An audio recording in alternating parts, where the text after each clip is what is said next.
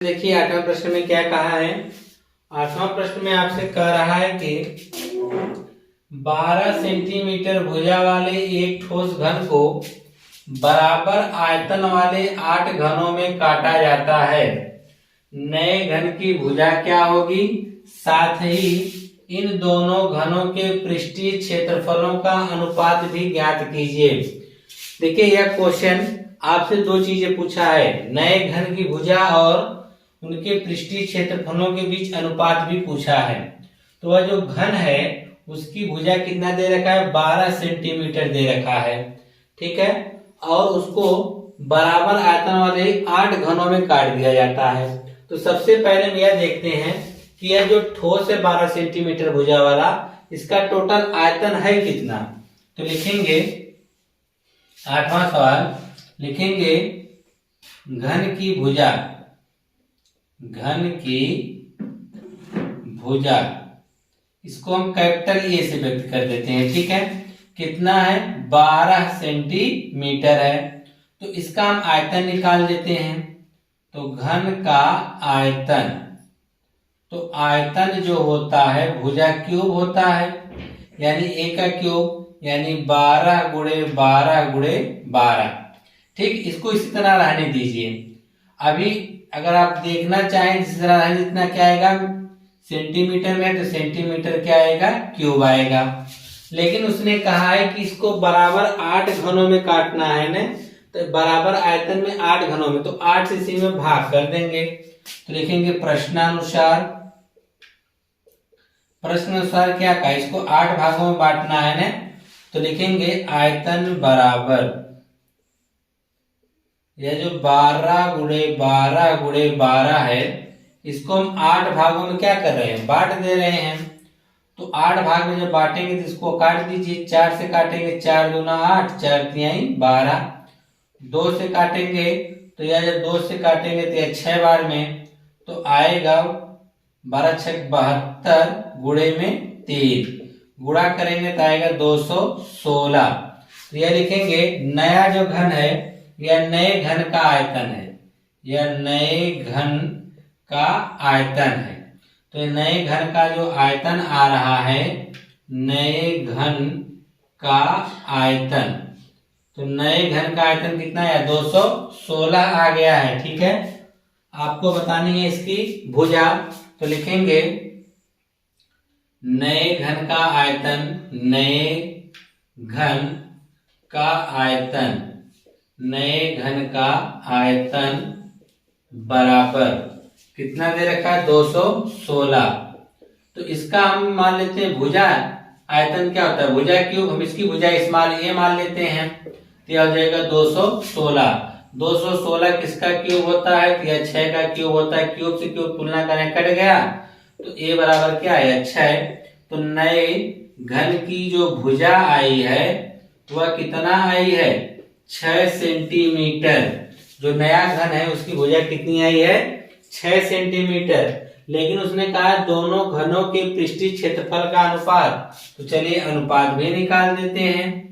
तो अनुपात बराबर जो होगा, जो आपका बड़े घन की भुजा लिख सकते हैं, या बड़े घन का पृष्ठीय क्षेत्रफल, बड़े घन का पृष्ठीय क्षेत्रफल बटा नए घन का पृष्ठीय क्षेत्रफल, नए घन का पृष्ठीय क्षेत्रफल, ठीक है, पृष्ठीय क्षेत्रफल। तो देखिए क्या होने वाला है, बड़े घन के लिए लिखेंगे 6a स्क्वायर होता है, ठीक है। छोटे के लिए क्या होगा, 6a स्क्वायर।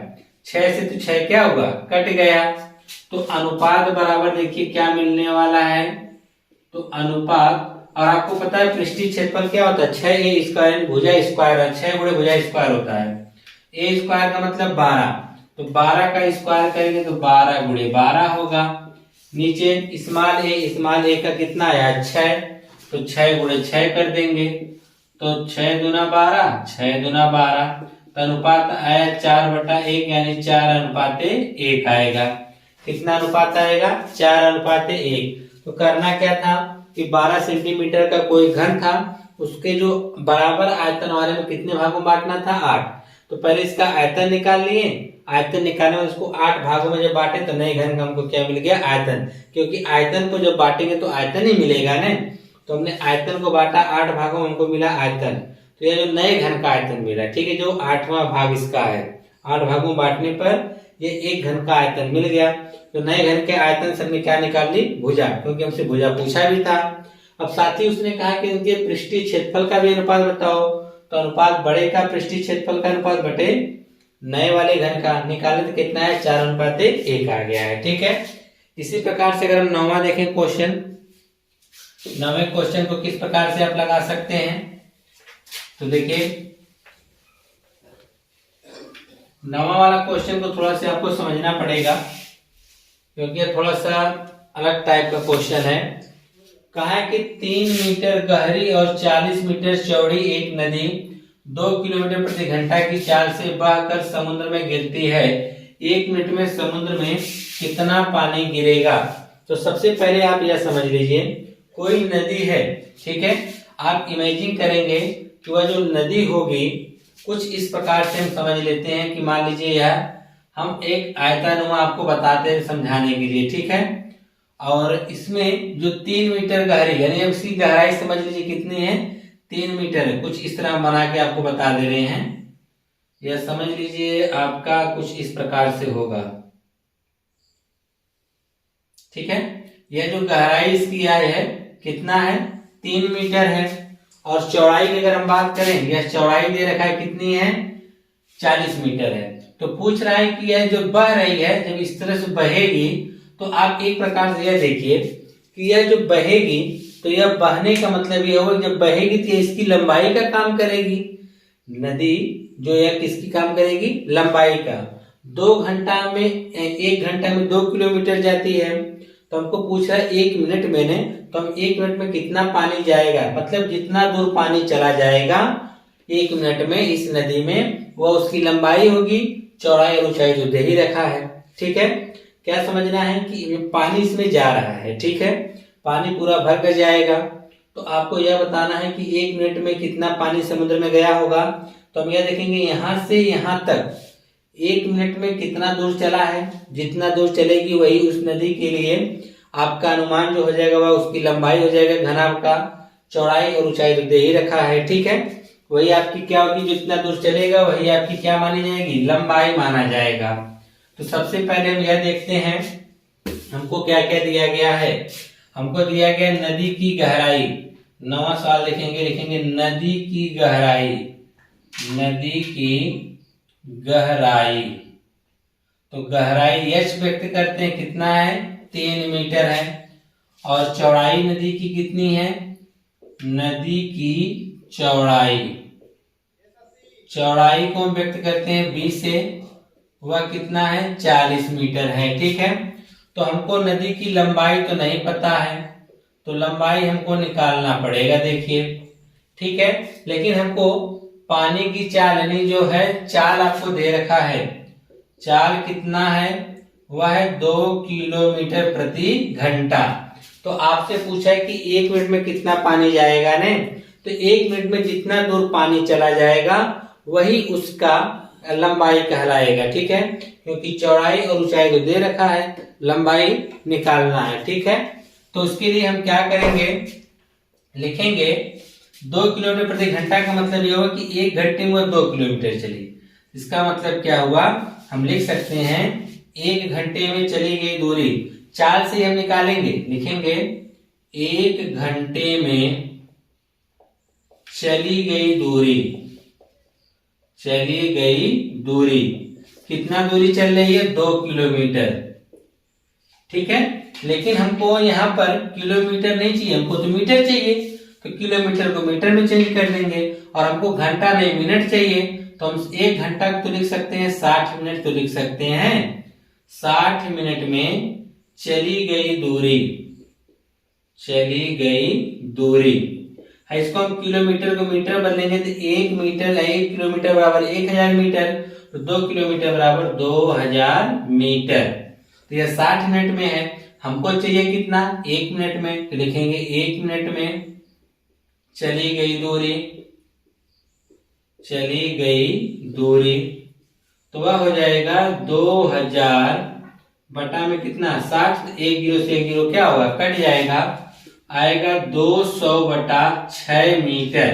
यानी इतना दूर वह नदी 200 नहीं, हाँ 200, इतना दूर नदी वह 1 मिनट में चलेगी, इतनी दूरी तय करेगी। तो यहाँ पे हम लिखेंगे 1 मिनट में चली गई